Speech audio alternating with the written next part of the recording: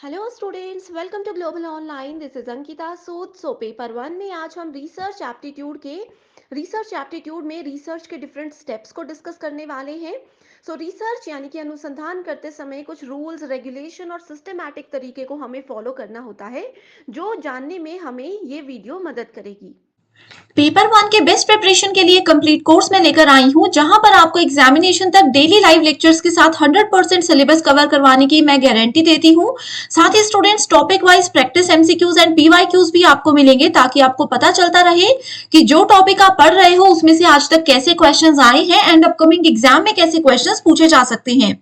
Final revision के लिए mock test and 5000 plus MCQ question bank है, जिसके बाहर से कुछ भी एग्जामिनेशन में कभी भी नहीं पूछा जा सकता। बच्चों को नोट्स बनाने में बहुत ज्यादा समय लगता है, लेकिन इस कोर्स में आप लोगों को हम पीडीएफ फॉर्मेट में फुल सिलेबस नोट्स देते हैं, जो कि एग्जाम के लिए बहुत ही ज्यादा इंपॉर्टेंट है। एंड न्यू बैच भी हमारा मंडे से स्टार्ट होने वाला है, तो आप सभी स्टूडेंट्स इसको जरूर ज्वाइन कर लीजिए। इससे पहले फ्री वीडियोस और मॉक टेस्ट को जरूर देखना, जो कि आपको ग्लोबल ऑनलाइन ऐप पे मिलेगा। स्टोर सेक्शन पर सर्च बार में लिखिए कोर्स का नाम। जैसे ही आप कोर्स पे क्लिक करते हो, यहाँ पर आपको इसकी ड्यूरेशन दिख जाएगी। एग्जामिनेशन तक आप लोगों के लिए ये कोर्स वैलिड रहेगा। कंटेंट पर जाते ही आप देख सकते हो फ्री वीडियोस हैं, कंप्लीट मेरा कोर्स है, जिसमें आपको मेरे सभी लेक्चर्स के पीडीएफ्स मिल जाएंगे, टेस्ट मिल जाएंगे एंड वीडियो लेक्चर्स है, जिसके अलावा ना आपको कोई एक्स्ट्रा मॉक टेस्ट या ना एक्स्ट्रा कोई बुक खरीदने की जरूरत है। तो ये बहुत इंपॉर्टेंट कोर्स है, एग्जाम ओरिएंटेड प्रिपरेशन में आपको मदद करेगा। एंड पेपर वन में आपको फर्स्ट अटेम्प्ट में 100 में से 80 प्लस स्कोर करने में भी यही कोर्स मदद कर सकता है। तो आप सभी स्टूडेंट्स गिवन नंबर्स पर कॉन्टैक्ट करके इसको जरूर ज्वाइन कर लीजिए। उसके बाद आप लोगों को वहाँ पे रिसर्च करनी होगी।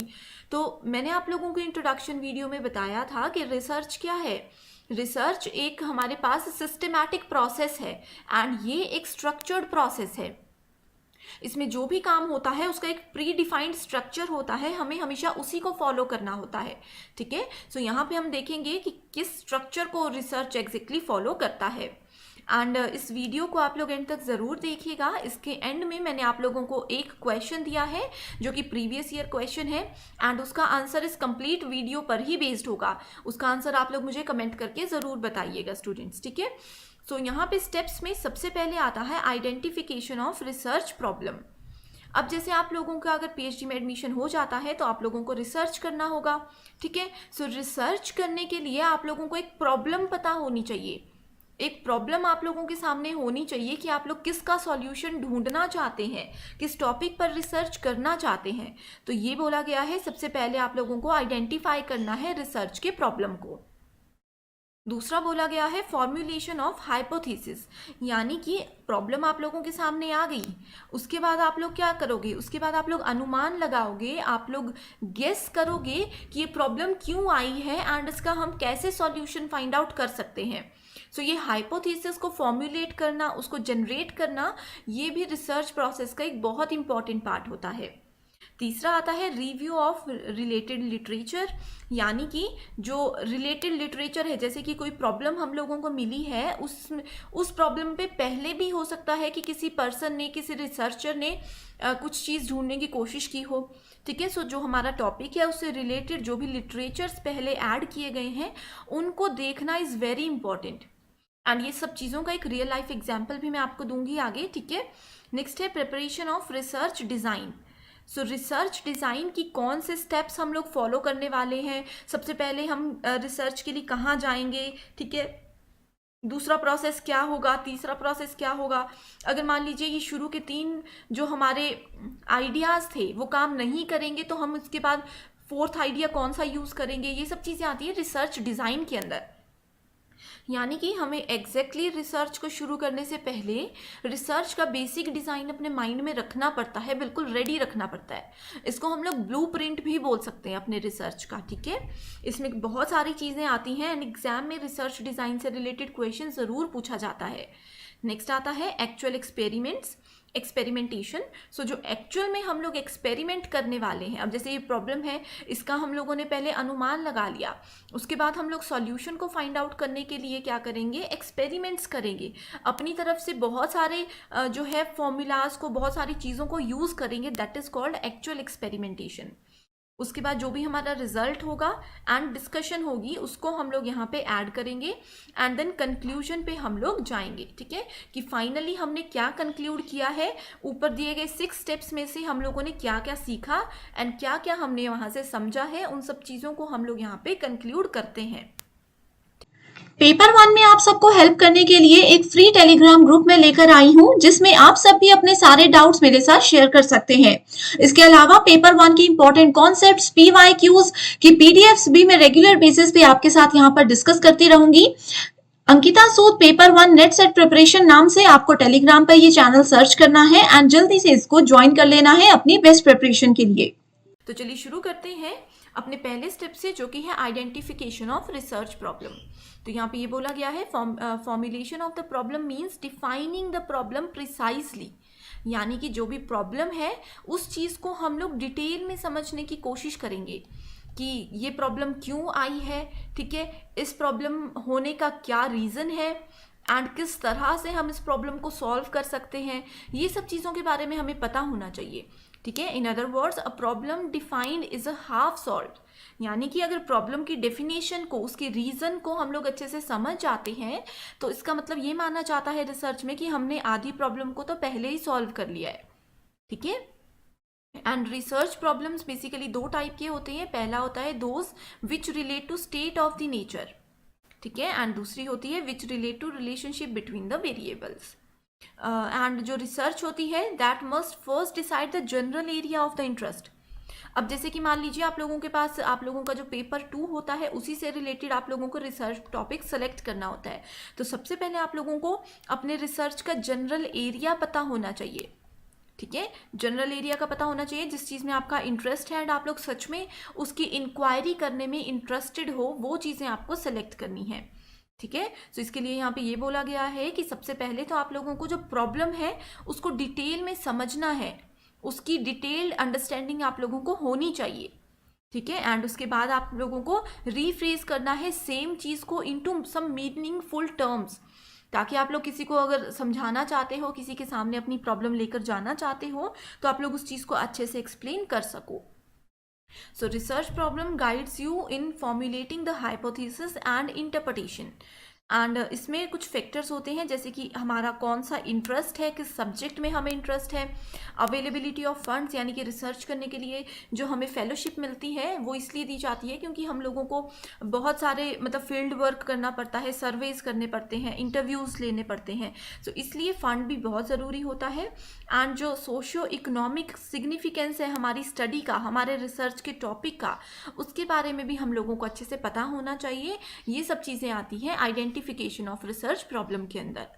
तो स्टूडेंट्स, एग्जाम में आप लोगों को क्वेश्चन इस तरह से पूछे जा सकते हैं कि आप लोगों को एरिया ऑफ इंटरेस्ट जो है रिसर्च में आप लोग जाने वाले हो एंड आप लोगों का एरिया ऑफ इंटरेस्ट है वो रिसर्च के कौन से स्टेप में आप लोगों को पता होना चाहिए। तो उसका आंसर होगा कि वो फर्स्ट स्टेप में पता होना चाहिए एंड फर्स्ट स्टेप होता है आइडेंटिफिकेशन ऑफ रिसर्च प्रॉब्लम, ठीक है। इसको आप लोग फॉर्मुलेशन ऑफ रिसर्च प्रॉब्लम भी बोल सकते हो, मीनिंग सबका एक ही है, बस एग्जाम में डेफिनेशन या फिर जो ये स्टेटमेंट है इसका थोड़ा सा चेंज करके इसको लिखा हो सकता है, ठीक है। जैसे आइडेंटिफिकेशन की जगह मैंने अभी फॉर्मुलेशन बताया, कुछ और भी हो सकता है, ठीक है। नेक्स्ट बात करते हैं formulation of hypothesis. So hypothesis का मतलब होता है अनुमान लगाना, ठीक है। सो इसको बोल सकते हैं हम डेवलपमेंट ऑफ हाइपोथेसिस, ठीक है। सो अगर हम लोगों को अपनी रिसर्च प्रॉब्लम पता चल जाती है एक बार, तो उसके बाद हम लोग अनुमान लगाना शुरू कर देते हैं कि कैसे हम लोग इसको सॉल्व करेंगे, क्या क्या इसमें हम लोग स्टेप बाय स्टेप काम फॉलो करेंगे, एक रफ सा हम लोग डायग्राम बना देते हैं, ठीक है। सो एक टेंटेटिव अजम्पशन होता है which a researcher wants to test for its logical और कंसिक्वेंसेस। तो ये हमेशा प्रिसाइज होना चाहिए एंड क्लियरली डिफाइंड होना चाहिए, ठीक है। यानी कि जो भी हम लोग अनुमान लगाने वाले हैं, सिर्फ ऐसा नहीं है कि उसको अपने मन तक रखिए, वो सिर्फ छोटी से छोटी चीज़ों पे हम लोग अनुमान लगा सकते हैं एंड वो बिल्कुल क्लियर होना चाहिए।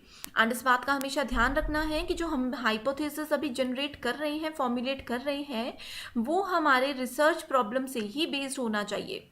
ऐसा नहीं है कि हमारा रिसर्च का टॉपिक कुछ और है, रिसर्च की प्रॉब्लम कुछ और है एंड अनुमान लगाते लगाते हम लोग किसी और डायरेक्शन में चले जाएं, ठीक है। सो ये एक लॉजिकल रिलेशनशिप होता है बिटवीन वेरियस वेरिएबल्स, ठीक है।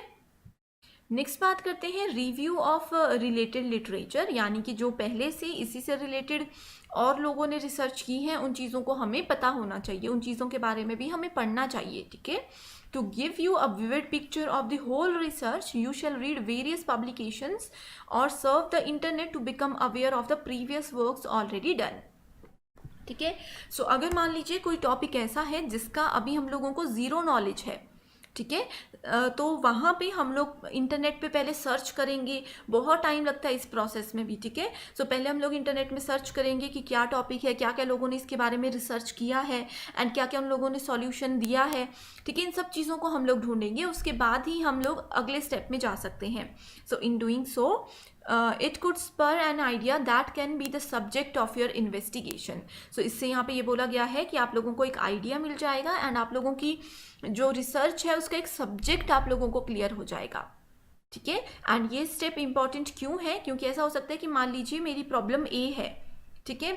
सो इस प्रॉब्लम पे मैंने सॉल्यूशन भी ढूंढ लिया, हाइपोथेसिस भी कर लिया, सब कुछ कर लिया, लेकिन जब हम अपनी थीसिस को फाइनलाइज करते हैं तो हमें पता चलता है कि इस प्रॉब्लम का सॉल्यूशन ऑलरेडी जो है कोई रिसर्चर दे चुके हैं, तो वो हमारी पूरी स्टडी वेस्ट हो जाएगी। इसीलिए हम लोगों को पहले से ये चीज़ें पता होनी चाहिए कि प्रीवियस वर्क में क्या क्या चीज़ें ऐड की गई हैं।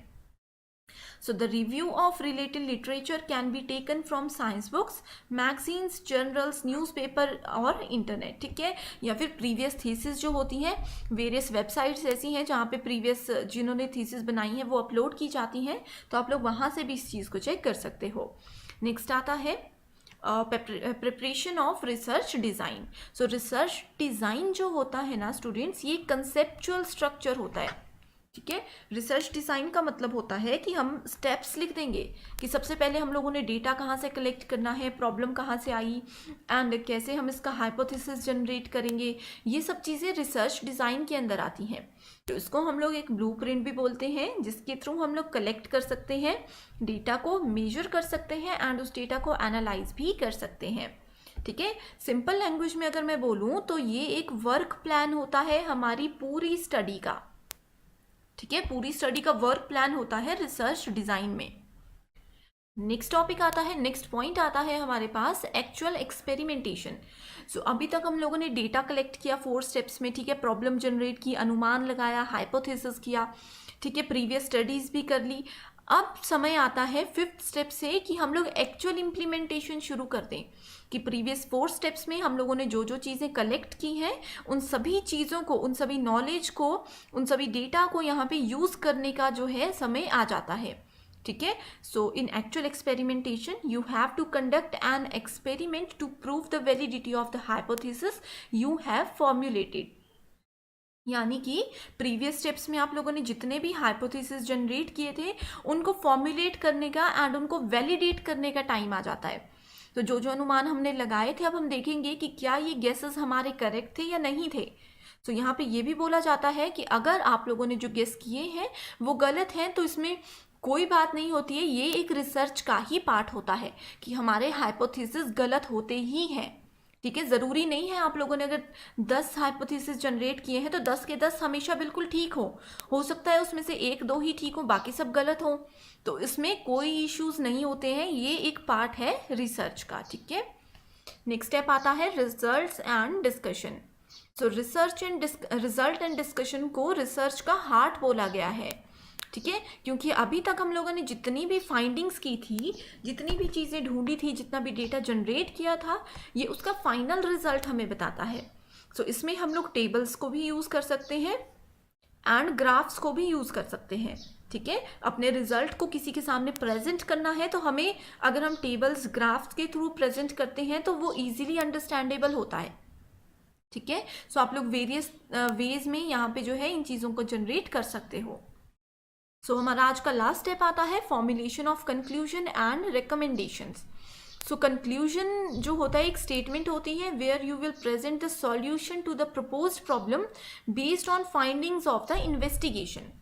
सो अपनी इन्वेस्टिगेशन से हम लोगों ने जो भी सॉल्यूशन फाइंड आउट किया था उसका एक प्रॉपर सॉल्यूशन यहाँ पे हम लोग प्रेजेंट करते हैं, ठीक है। They are tied up to the question investigated and यहाँ पे यही बात बोली गई है कि it should answer your hypothesis and research problem. कि जो भी हमने गेस किया था उसका फाइनल रिजल्ट जो है उसको यहाँ पे कंक्लूड करेंगे।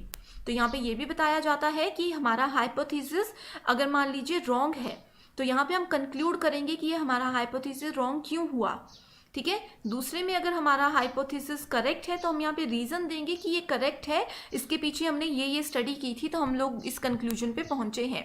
ठीक है, एंड ओवरऑल हमारी प्रॉब्लम का क्या कंक्लूजन है वो भी यहाँ पे ऐड किया जाता है। सो ये कॉन्सेप्ट बहुत ज़्यादा इंपॉर्टेंट है एग्जामिनेशन पॉइंट ऑफ व्यू से। आई होप ये 7 कॉन्सेप्ट्स, ये 7 स्टेप्स आप लोगों के बिल्कुल क्लियर हैं। सो इसी पे बेस्ड अब एक क्वेश्चन मैं आप लोगों को देने वाली हूँ, इसका आंसर आप लोग ज़रूर मुझे कमेंट करके बताइएगा। सो क्वेश्चन है, which of the following is the first step in the scientific method of problem solving. तो यहाँ पे scientific method of problem solving का सिंपल मतलब है रिसर्च। ठीक है, पहला है फॉर्मुलेशन ऑफ हाइपोथेसिस या formation of hypothesis, awareness of the problem, collection of relevant information and verification of hypothesis. ठीक है, सो ये बहुत इजी क्वेश्चन हमने यहाँ पे ऐड किया है। सो आज के लिए सिर्फ इतना ही स्टूडेंट्स। आई होप ये कॉन्सेप्ट आप लोगों को बिल्कुल क्लियर है। इसके अलावा अगर आप लोगों को कोई भी डाउट रहता है इस टॉपिक पे तो आप लोग कमेंट करके हमें बता सकते हो, हमारी टीम डेफिनेटली आप लोगों की हेल्प करेगी। So that's all for today. Thank you so much for watching this video.